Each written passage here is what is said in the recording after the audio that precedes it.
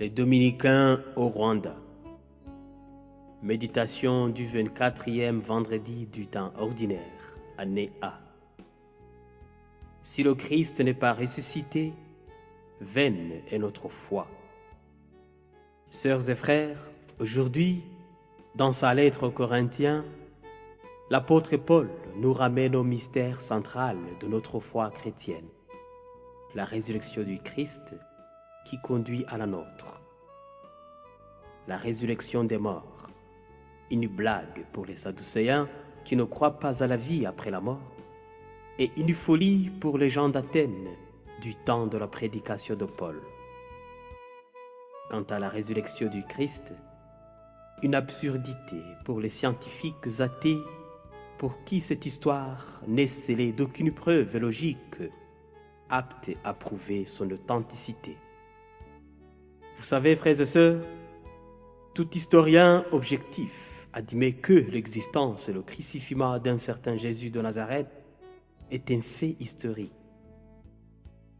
Et plusieurs témoignages antiques, chrétiens ou pas, l'ont approuvé à maintes reprises. Même les adversaires les plus farouches de Jésus, comme les responsables et religieux des Juifs, n'ont jamais nié l'existence, le crucifixion et la mort de Jésus.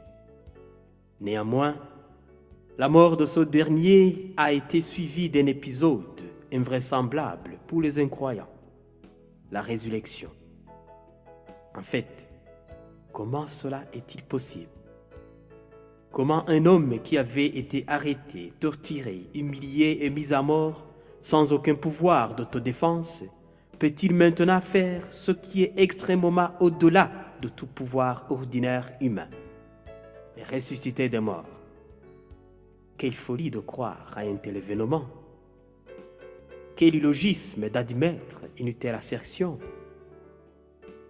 Mais apprécions, frères et sœurs, que c'est justement cette sainte folie qui nous anime depuis la nuit de Pâques. C'est cet heureux illogisme qui est au cœur du mystère de notre foi, car le Christ est vraiment ressuscité d'entre les morts, pour être parmi les morts le premier ressuscité, nous l'affirme saint Paul dans sa lettre d'aujourd'hui.